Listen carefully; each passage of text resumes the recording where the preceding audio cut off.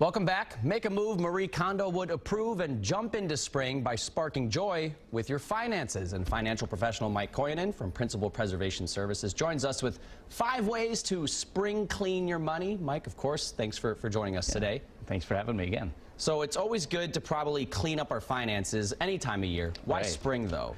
Well, it is a good time to clean up, like you said, but especially after the holiday season, the average American's added over $1,200 of debt.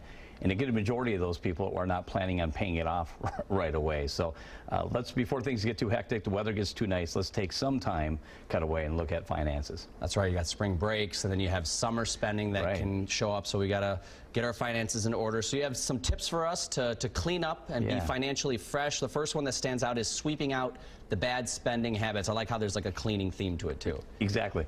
So you want to find out where you've been spending the money where you shouldn't be. So that's going to be creating a budget. We talk about that all the time.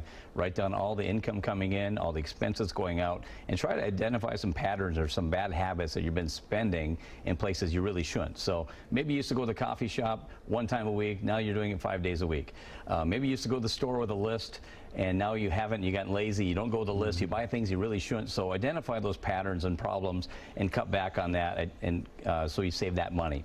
Which leads me to tip number 2 is catch up on any past bills. If you do have any past bills, we don't want you to pay extra interest and penalties.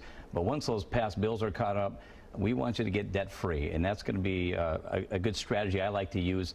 Make all the minimum payments on all your other debt except for your smallest debt. Apply all the extra funds you can towards it till it's paid off, and when that's paid off, apply all those funds to the next smallest debt, and so on until all your debts are paid off. And once you can kind of get rid of those debts, it frees up the opportunity to save a little bit more. So you want people to also look at their retirement and look into the future. Yeah, brush up on your retirement goals for sure.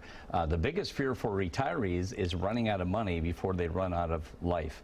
And that's a very warranted problem to have and worry to have, because our generation, we're living longer than the previous generations, right? And we don't have guaranteed pensions, as many people don't have that as the previous generations as well. We have the 401ks and IRAs we have to be dependent on, where the previous generations haven't. So how you're going to do that is you need to make those contributions into those IRAs and 401ks and keep increasing them with raises throughout the years. Now, you still have till April 15th to make a contribution to your IRA and Roth for last year, so you just have a couple more weeks to get that done.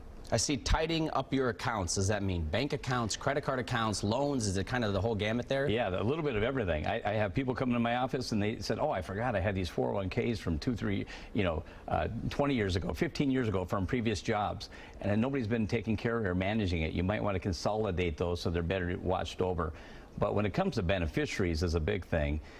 If you had a life change event where you got married, you got divorced, you lost a spouse, things like that happens, you might not have updated your beneficiaries. A lot of people haven't.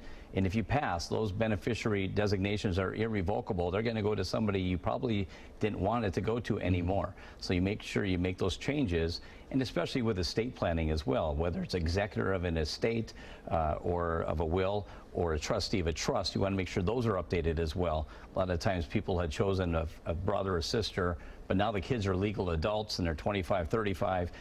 It's okay to make them the executors or trustees. Make sure you get those updated. And this last one, I think, is the most physical form of cleaning. You say take out the trash and go digital, which I think that's something I've tried recently with the amount of paper that just stacks up over time. What do you mean by that? You don't have to hold those financials forever. A lot of people have boxes from the 80s and 90s in their garage or attic. What you want to do is get rid of that old stuff. The tax documents you want to keep for at least 7 years, and any documents related to that. But don't throw them in the garbage. You want to make sure they're shredded because it has the personal information. But a good way to do that is you can get a scanner and scan those in. To go digital, put them on a flash drive, stick those flash drives into a safety deposit box or safe, so you condense things. I really recommend an app too for saving receipts. One thing, if I get our documents ready for taxes, you just notice some of your receipts, there's disappearing ink on there. And so what happens if you get audited 3-4 years later, it's not going to show anything. It just looks like a blank receipt. So there's some great apps. You can take pictures of the receipt, save them digitally, so in case you ever get audited, you won't actually have any penalties or fines. Mike, thank you as always for all of this information and these great tips. And for more money advice from Mike, just go to WCCO.com.